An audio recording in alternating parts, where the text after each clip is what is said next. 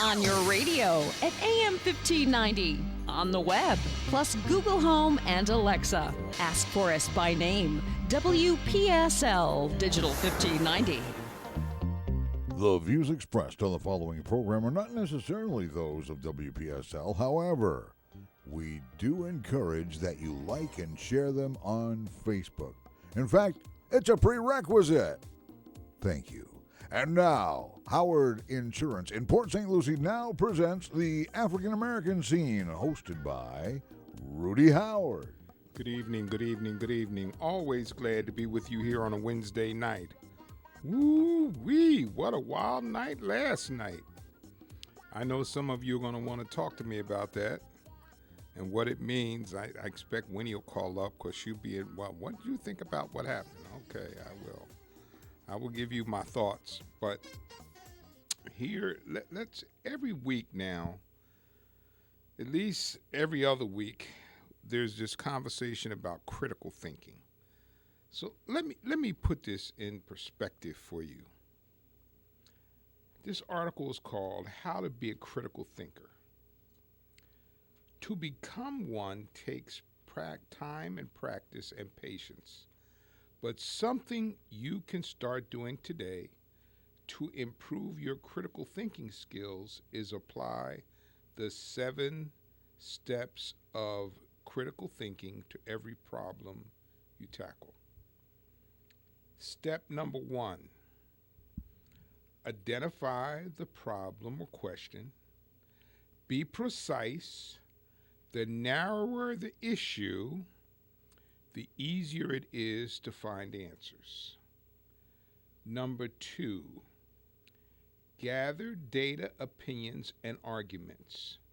Try to find several sources that represent different ideas and points of view. Please hear that. Would you hear that? Please try to find several sources that present different ideas and points of view. If you notice, a lot of times on here I quote things from Forbes, from Wall Street Journal. I endeavor to try to find information that's not always consistent with what my preconceived notion is, and that challenges me. Number 3, analyze and evaluate the data. Are the sources reliable? Are their conclusions data backed up, or just argumentative? Is there enough information or data to support a given hypothesis? So if you don't have enough data, your hypothesis will be faulty. Okay, I want you to hear that again. If you don't have enough data, your hypothesis will be faulty. 4, identify assumptions. Are you sure the sources you found are unbiased? Let me repeat that again. Are you sure the sources you found are unbiased? Are you sure you weren't biased in your search for answers? 5, establish significance.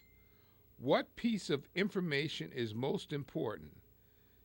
Is the sample size sufficient? Are all the opinions and arguments even relevant to the problem we're trying to solve? Boy, get that one right there. Are all the opinions and arguments even relevant to the problem we're trying to solve? So if you're bringing up points that don't even apply to the issue at hand, that is not significant to trying to solve the problem or come up with a solution for what it is you're discussing. 6, make a decision, reach a conclusion. Identify various conclusions that are possible and decide which, if any, of them are sufficiently supported. Weigh strengths and limitations of all possible options. And 7, present and communicate what it is that you came up with. I hope that helps you because we keep talking about critical thinking, and I wanted you to have a clear understanding of how critical thinking is supposed to operate. So the next time you hear that word critical thinking, think about what I have just told you, and that is the way critical thinking is supposed to operate. Now, if you recall, we were fortunate enough, one of my callers has agreed to give me some books to give out to my listeners. And this is just so nice of him. And Russ Ainsley has provided these books. And this book is called The Shadow of Greatness. And let me give you a couple of the, and what it is a series of short stories about athletes. Here's one of the, like JoJo White, so good you said his name twice. Roger Bannister, the master of the mile. Rusty Staub, the big orange. Benny Cunningham, built for the spotlight. Dwight Clark can't answer the phone. Now, see, all of these are just little, and some of them are 8, 9, 10 pages, but there's stories about some of your favorite sports heroes. And I'll give you one more just to tease you. Jim Taylor, If Looks Could Kill. Boy, you can remember him from the Green Bay Packers. He was one heck of a fullback, which is not a position that there's a lot of emphasis on anymore. But anyway, so that's the book you can win. And here's the question. I'm a little mean tonight. I'm going to be a little mean, so you're going to have to work at getting this answer. Who was the first Black American author to win a Pulitzer Prize? If Dominic's listening, he might get this right away, but for most people, this is going to be challenging. Who was the first Black American author to win a Pulitzer Prize? If you know that answer and you call up and give us the right name, you will win the Shadow of Greatness book. Okay. Now, one of the other things we talked about last week, and I don't like to just talk and not be able to back up what I said. I talked about the fact that Venezuela has become a talking point for conservatives. I will also entertain any calls that you want to give me about the election last night, because that was really, wow, that was unprecedented, really, what happened last night. And I think that gave us a little peek into what we can expect this fall, because there was record numbers of votes in Virginia, in North Carolina. So I'm expecting that we have some insight into what we can expect in November. And Wayne, yes, sir. Yeah, the answer, Gwendolyn Brooks. Man, you're good. Wayne, you got it. Gwendolyn Brooks. Do you know what the book was? No. Okay. Two words. It's 2 words, all right? Yes. But it's okay. You got it. You got it. But there'll be a book for you here at the front desk. I got it right here. Shadows of Greatness. I think you will really enjoy it. There's these little short stories about some of your favorite athletes in here, and if you're a sportsman, you will really, really enjoy this. But yeah, okay. You got it. You got it, Wayne. I'm going to have Cliff get the rest of your information, and I'll have the book at the front desk so you can come by the station and pick it up. Okay, thank you. Okay. Yeah, hold on, I'll be right with you, Wayne. Hang on. Okay. So let me tell you. We talked last week, and one of the things I said was that Venezuela has become a talking point for conservatives. This gentleman is a writer for the Wall Street Journal. So, and I'm going to kind of summarize what he says in this article. And it's by Nathan J. Robinson. Okay? There are dozens of variations on the same talking point, quote, talking point, directed against the left. If you like socialism so much, do you want to live in Venezuela? As Venezuela's poverty rate has climbed to 82%. That is the talking point. Okay. You know who Wayne is? Wayne Gent. That name sound familiar? Who? Wayne Gent, superintendent of schools. Oh. And you know what he's going to do with the book? He's going to send somebody to pick it up for him on his behalf, but he wants to maybe donate it to the kids, the high school kids, so let them read it. They're going to pass it around at maybe some of the high schools or whatever. Okay? That is awesome. Thank you, Wayne. Yeah. There's real history to be learned out there, folks. Yeah. Black History Month is the time to set our attention on it so that we can all absorb. We're past it, but we're going to continue on as long as I have these books here, and that was pretty impressive, Wayne. So, as I said last week, and it's been verified here by Nathan Robinson from Wall Street Journal. Do you want to live in Venezuela? That's the talking point.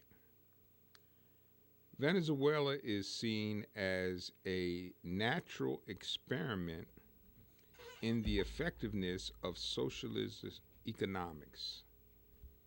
Okay, I want you to hear it again now. Venezuela is seen as a natural experiment in the effectiveness of socialist economics.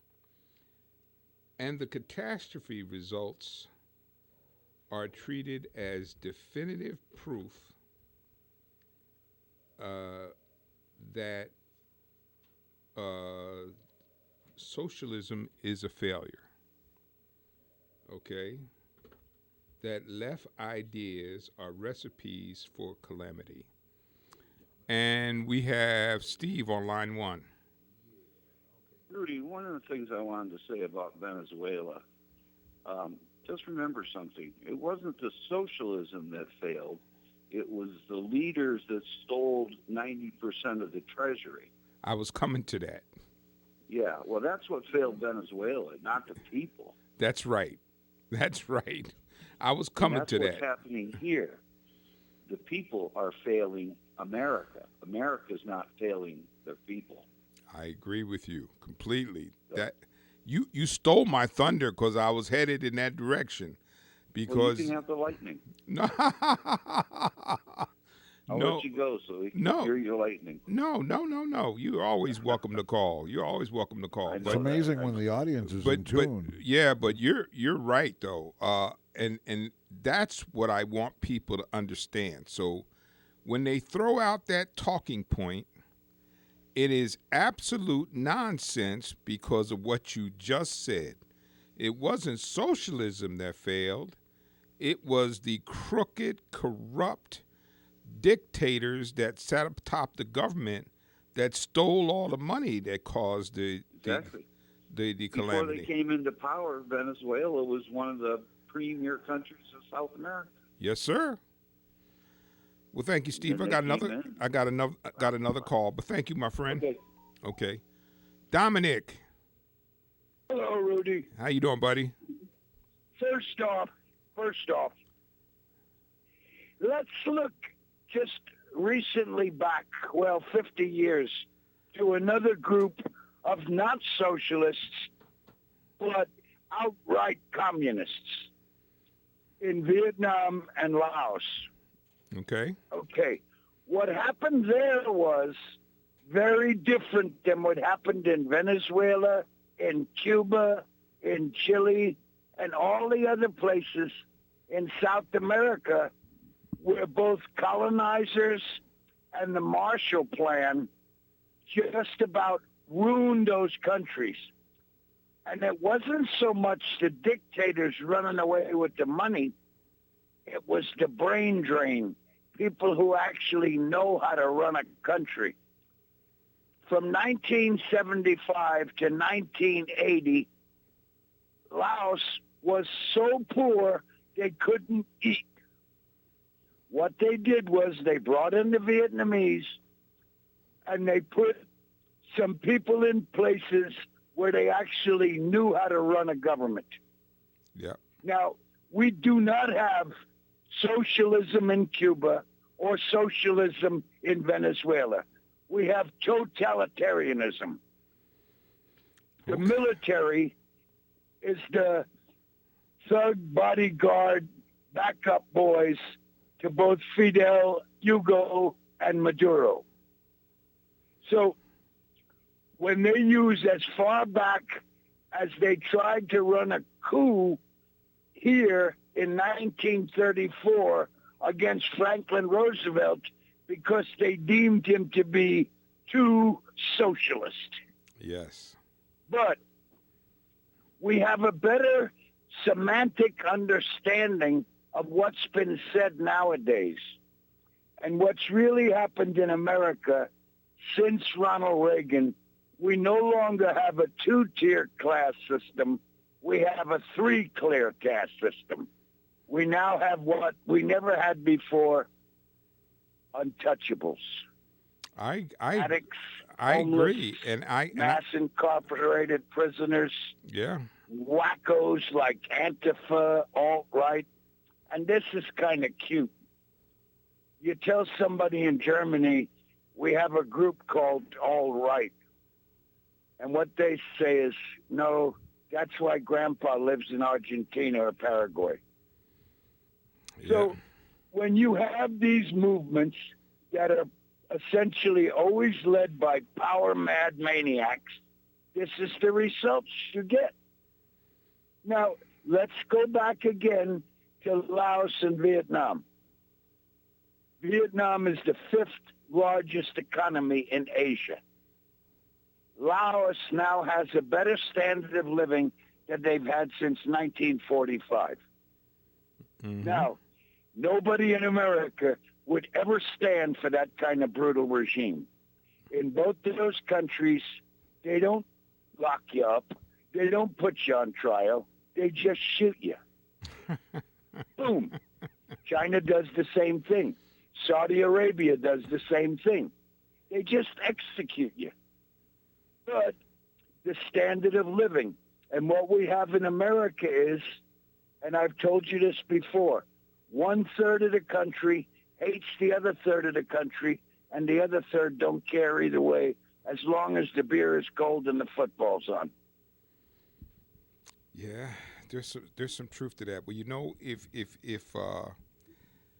there's a book called Tribalism by Amy Chow, and it is a real, it's not an easy read, but one of the things that she talks about in that book is the lack of understanding that we had about the culture of Vietnam and how we made so many bad moves there because we failed to correctly identify the culture and the animosity that existed toward China that we did not seem to understand. So when you were talking, you were making me think back on the book, how she went into all of the details of that. And I was trying to think about when I No, Rudy. Go ahead. What were you saying? I guess I lost him. But anyway. What you had in Vietnam was 1,700 years of driving out every invader that ever came here. Yeah. Well, I think you're on your cell phone. I'm starting to lose you now. So I'll have to call, you have to call And me. Vietnam used to be called Pan Am, with Laos and Cambodia. Yeah, I know you In were there. 1122, the Tuong sisters rode out away on white elephants and drove the Chinese out and started the Cham Empire. There's two books. If Lyndon Johnson had read Street Without Joy by Bernard B. Fall and The Wretched of the Earth by Franz Fanon, we never would have done that. But that's American arrogance. That's that other utter nonsense, the white man's burden. It's just incredible that I spent 18 months in that country in the Army Special Forces. I've been back there 3 times, in 99, 02, and 05.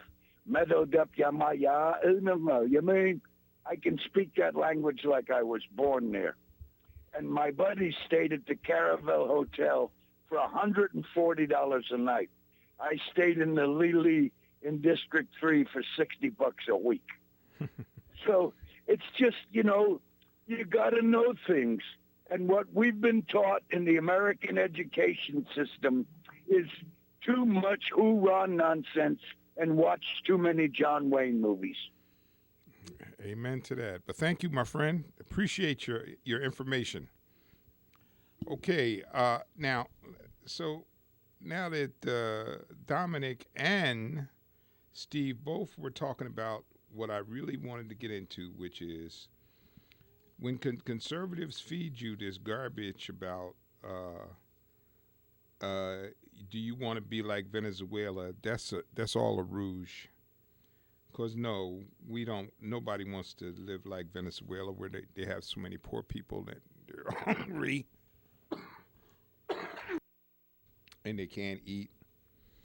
But the real problem, as Steve put, it's authoritarianism. It is not. It's an authoritarian socialist regime. And the collapse of Venezuela tells us a lot more about the problem of dictatorship, corruption, and incompetence than it does about socialism. And in fact, one of the marks of the bellwether marks of socialism is that it controls the stream of production and commerce so that it flows down with the idea that equality is the mission for socialism. And the government is in Venezuela is comprised of corrupt elites who have barely pretended to be socialists and have been recently abandoning even the label.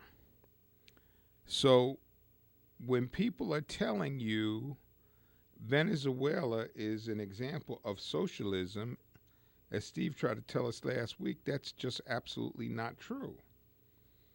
This wasn't socialism, it is a kleptocracy. It is the rule of thieves that are running Venezuela. So don't allow yourself to be sucked into that. Now, I will say this, and I'm going to finish this, and then I'm going to give you some commentary. I think if there is equality, if there isn't any equality, then there isn't socialism, no matter what the country leaders may choose to call themselves. So in order for it to be considered a socialist country, there has to be some attempt to have equality among all the people.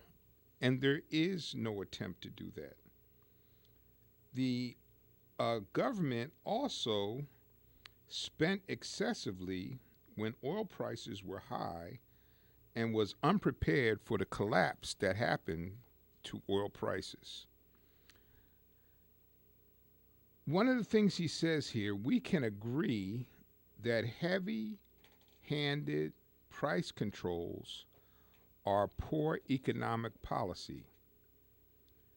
But even free market commentator Tim Worstall of Forbes conceded that it only indicts non-market forms of socialism, since we can conceive of a socialist economy that does work. It just needs to be a market and prices-based economy among socialist organizations like cooperatives. Okay, so we've got Forbes and Wall Street Journal weighing in here saying it is not the evil that it's portrayed to be, that in some cases it can even work.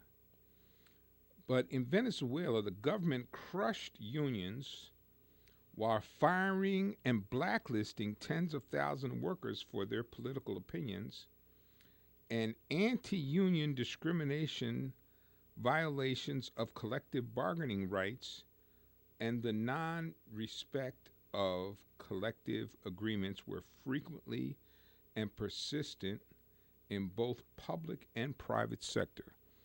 So if it was socialist, it would have respect for those things as opposed to not having respect for those things. And so, and as the Wall Street Journal reporter points out, in Venezuela, we are not discussing anything resembling socialism unless the term is completely lacking of meaning. So there it is, and they've told you now. And now I want you to see the way that article was written. That's an example of critical thinking. He examined both sides of the issue, the pros and the cons, provided you with some detailed analysis so that you could make up your own mind and absorb the information that he was giving you. We're going to take a little break right here. Don't touch that dial, because we'll be right back with the African American scene. This is WPSL Port St. Lucie, the talk of the Treasure Coast.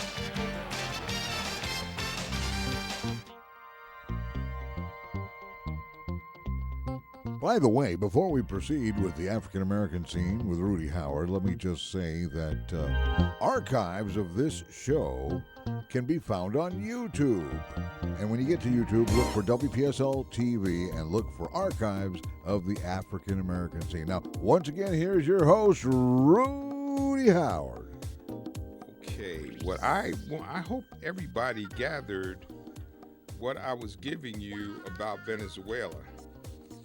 And what he did,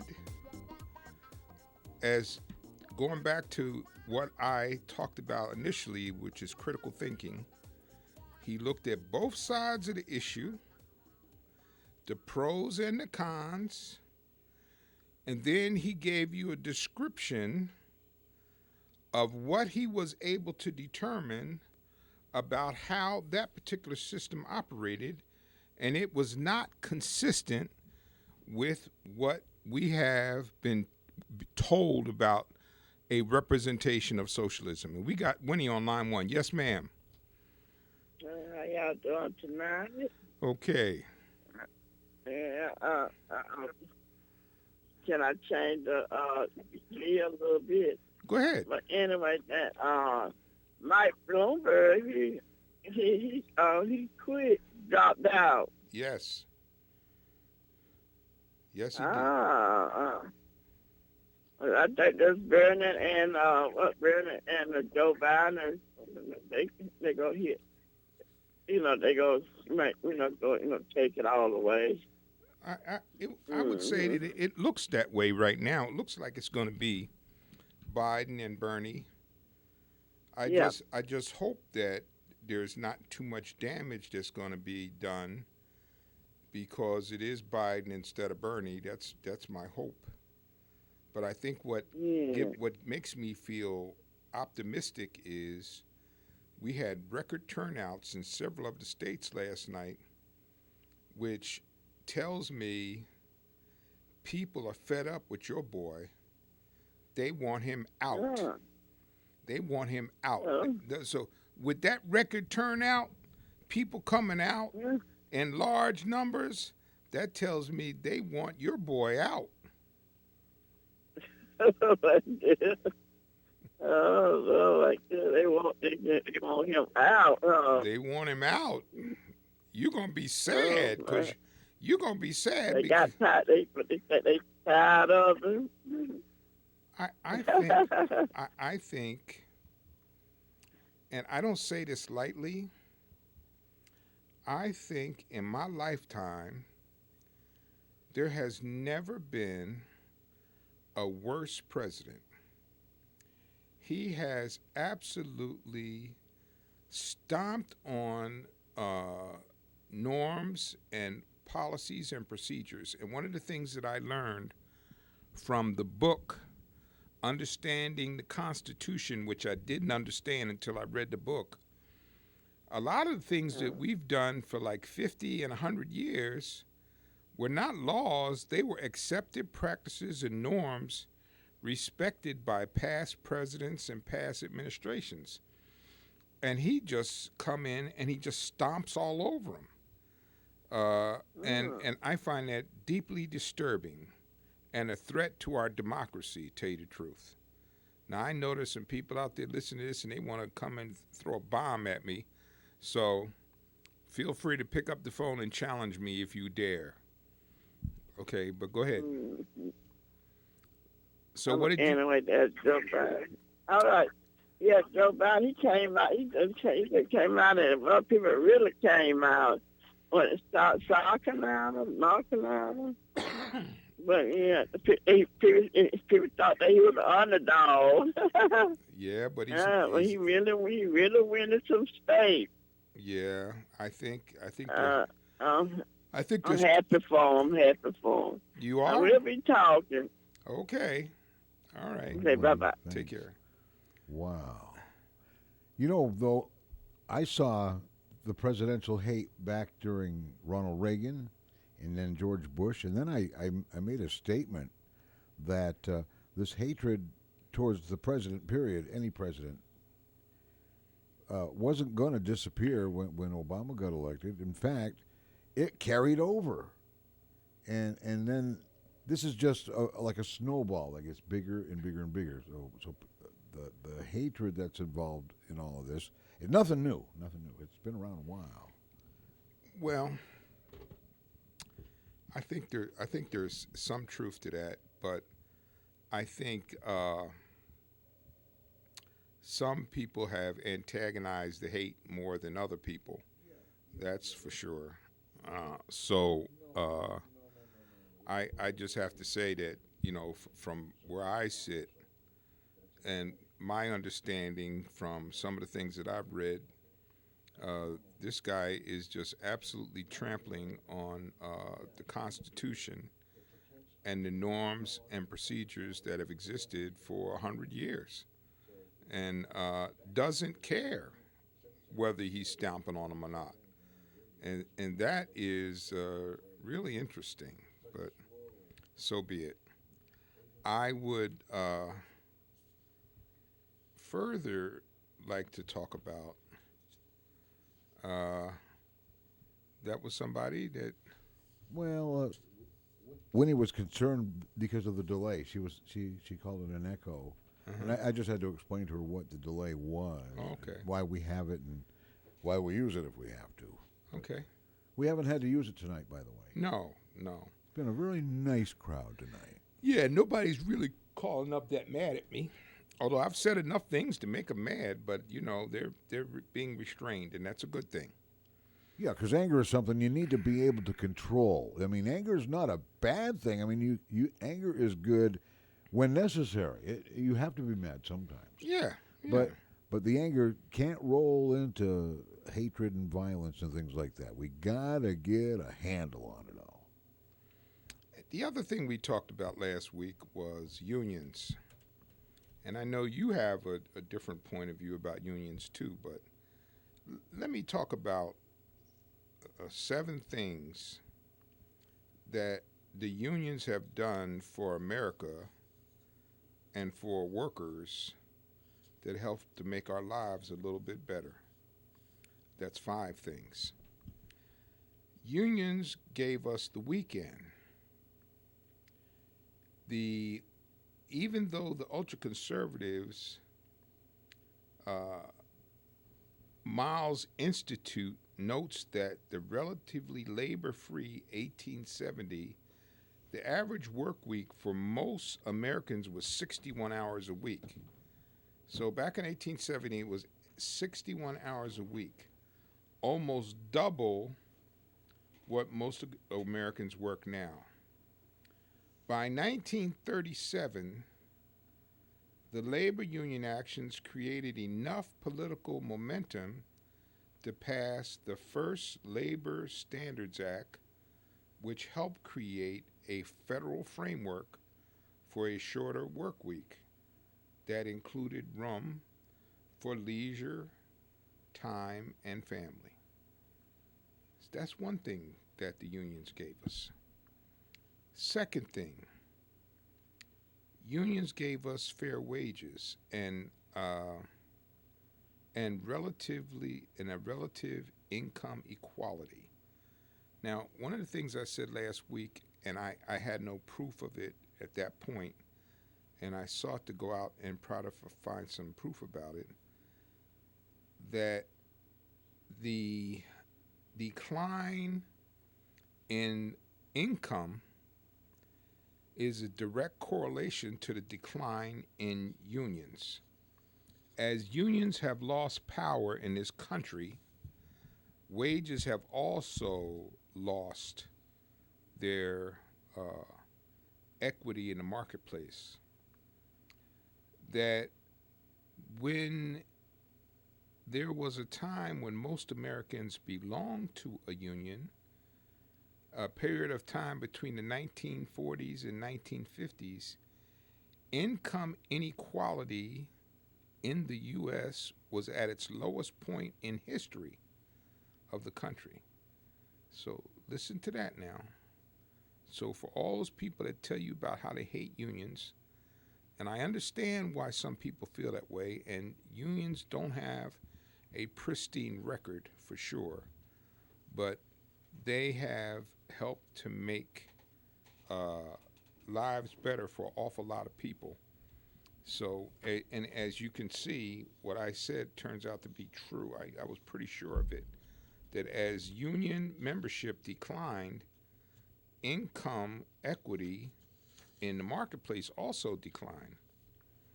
My first 10 years in radio, whenever anybody brought up the possibility of a union, they mysteriously disappeared from the staff. Yeah. And it wasn't with this company, it was with the first company that I went to work for. But they were not interested in organized employees, which, well, I guess it makes less and less sense the further time goes on. Because, well, a lot of the employees don't have as many rights as other employees do in other companies and such. And so you think union employees have less rights? No. Union employees have more rights because they have a voice. Okay, yeah. And they have to pay to get into that situation. Yeah, okay. Yeah. I think that's part of the advantage of being in the union. It gives a collective voice that allows the workers to bargain with the employer for benefits and wages. And that's not a bad thing. And Brian, yes, sir. Hey, good afternoon. How you doing, sir? Okay. Have you reconciled with your friend yet? You probably tired of me asking that. No. Oh, no. No, I didn't. Because he called up here and then he accused me one night of doing something that I hadn't done. So that just furthered the divide. Oh, yeah? Yeah, yeah. Listen, he's got here's the thing. And I try to get my listeners to understand that. I don't have a problem with somebody being conservative. And I can sit down and have a discussion with somebody that's a conservative, and we talk on a factual basis, and we talk about things in a calm and intelligent manner. I can do that. And we can disagree.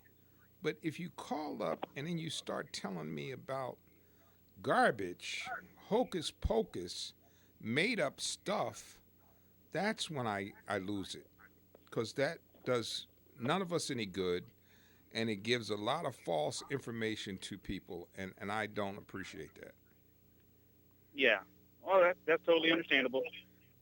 Okay, well, maybe one day you will. I keep saying the same thing. But the reason why I called is I noticed a situation that I haven't heard anyone else address it, and it's really got a big question mark in my mind. And so let me put a quick scenario to you, and then hopefully you'll pick up on what I'm trying to get at. Okay. Let's say you worked for me for 8 years, right? I was your boss for 8 years. Mm-hmm. You're no longer working for me. You know, things change, positions change, whatever. And you're seeking a different job. Mm-hmm. While you're seeking this new job, people come out and start saying all kinds of crazy stuff. You know, you've displayed inappropriate behavior. You're doing this and that's unprofessional and creepy and all that stuff as you're going for this new job. And I don't come out and say, hey, no, Rudy worked for me for 8 years. You know, he's a good guy. He would never do this. You guys are all wrong or whatever. I don't come out and defend you at all publicly. And then going back to you trying to get a new job, there's other people competing for the same job you're trying to get. And I go and endorse or make a commercial for one of your competitors. Not for you, who worked for me for 8 years, and we, you know, had a great relationship, supposedly, but, you know, I am rooting for someone that you're competing against for this job. Okay. How would you feel? How would I feel? If the person that you were rooting for had some exemplary qualities that allowed you to think that they would do a better job than me, I would be okay with that, because, you know, it's not just time alone that allows you to be successful at a job. It's some basic intellect and some experience and the ability to think through and solve problems. Okay. Yeah, I agree. Okay, so if I may not like it, but if the person, if for some reason that person was able to do a better job than me, okay, so be it. Okay. Well, I'll start talking in riddles and parables, and basically what I'm getting at is, sorry, there's a car right next to me. I'm driving, and he's bumping his music. Hopefully, he can't hear too much of that. Go ahead. Hello? Yeah, go ahead. Okay, yeah. So what I'm getting at is basically with Mr. Biden and Mr. Obama. I was quite surprised to see President Obama doing a commercial for Michael Bloomberg, but not for Joe Biden, who was his vice president for 8 years. And then going back to the first part of the, you know, scenario that I spoke on a minute ago, when everybody was coming out saying, oh, Joe Biden is creepy, he's inappropriate, he's sniffing women's hair and doing all this stuff, I didn't see anybody coming out saying, "Hey, wait a minute, no. That's come on now, you guys." I didn't see anybody coming out, especially President Obama, who I was going to be like roaring to come out of the corner swinging to defending Joe Biden. There was none of that, and then, like I said, to turn around and see him doing a commercial for Bloomberg and not Biden, it's like, whoa, what's going on here? He wasn't doing a commercial for Bloomberg. You know what I mean? He wasn't doing a commercial for Bloomberg. I'm the only one who thinks it's kind of strange, but he wasn't doing a commercial for Bloomberg. He wasn't doing a commercial for Bloomberg. He was not doing a commercial for Bloomberg. Bloomberg's I saw it a couple times, sir. I saw it, but Bloomberg took some film of some time that they spent together, put it together, and put it in an ad. That was not okay. That was not President Obama doing an ad for Bloomberg. He was just. But there was pretty much a voiceover. It was President Obama speaking. Well, no, about Bloomberg's characteristics, which I don't have an issue with that. That's fine. Well, no, he listen. Can do that. And with videotape now, there's videotape with his voice on it speaking to Bloomberg about the youth program that they worked on together. So so that's what happened there. That's not President Obama coming out and doing a commercial for Bloomberg. And as far as Biden is concerned, he had, and I've heard several people talk about it. He's of a kind of a touchy-feely guy. I can be like that myself. And I've been that way too. Okay. But those weren't the issues. Vice President Biden's behavior. I didn't witness anything personally. I would never be around him in person. But he did what he said with his head. I don't know. No one can do anything about that. So you never. So I assume you were very unsatisfied with President Obama's performance in office. No, not at all. I am conservative, but I'm not going to say I was totally dissatisfied with his term in office. He did quite a few good things that I was like, okay, that's really good. But unfortunately, there were some things that he did that didn't sit well with me. So that's me too. Honestly, I can talk to my conservative friends and tell them, hey, look, President Obama wasn't the Antichrist. Okay, like a lot of y'all was talking about him. Oh yeah. Being and all that. So I'm not a paint everything with a broad brush type of guy. At least I try not to think that way. So, obviously no one's perfect. We're all sinful and fallen. Hey, he did some of it not so good. And it is. I don't lose no sleep over it. I'm sure ain't gonna get into an argument or get into a fist fight with anybody over it. It's just not, it's not me.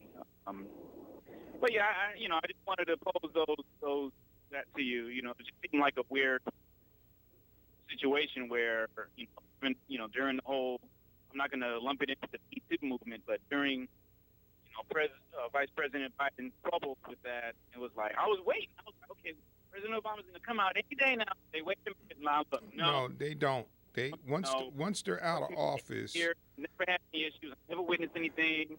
My wife and kids around him. It's never anything that would have stood out to me. So, you guys need to lay off Joe. I never saw that happen. I'm not saying it didn't happen, but I sure didn't see anything on the news or anything about it. Well, then, they as a general rule of thumb, once a president's out of office, they try very hard not to interfere with primary politics. They all have done it. They don't do it. They try to stay out of it. Now, once the candidate is chosen to go up against their adversary, then that's a whole nother thing. then they'll usually step forward. But Brian, I gotta let you go because we're coming right to the end of the hour. But I thank you for calling and checking on me. I appreciate that. Thank you. Okay. All right. Good night. Yeah. So the President Obama tries to stay out of it at this point. That's what you call again an unwritten rule that all of the presidents in the past have adhered to. But this president is it's another story. Oh my God. And you know what? He trashed Jeff Sessions, who is in a runoff now for his old seat in Alabama. And he comes out and he trashed him last night. And Jeff Sessions, in his final talk toward going to the runoff, was praising how he stood up for Obama when nobody else was doing it. And then President Trump, and now then Trump comes out and just absolutely trashes him. Well, listen, I would tell you, hold on to your hats. It's going to be wild and woolly from now till November. And we're ready to rumble. And we're going to be here. And you'll be able to call up and yell at me and fight with me, and I will enjoy it. But for right now, be safe. God bless. And I will see you right here next Wednesday for the African American Scene. The African American Scene with Rudy Howard, presented by Howard Insurance.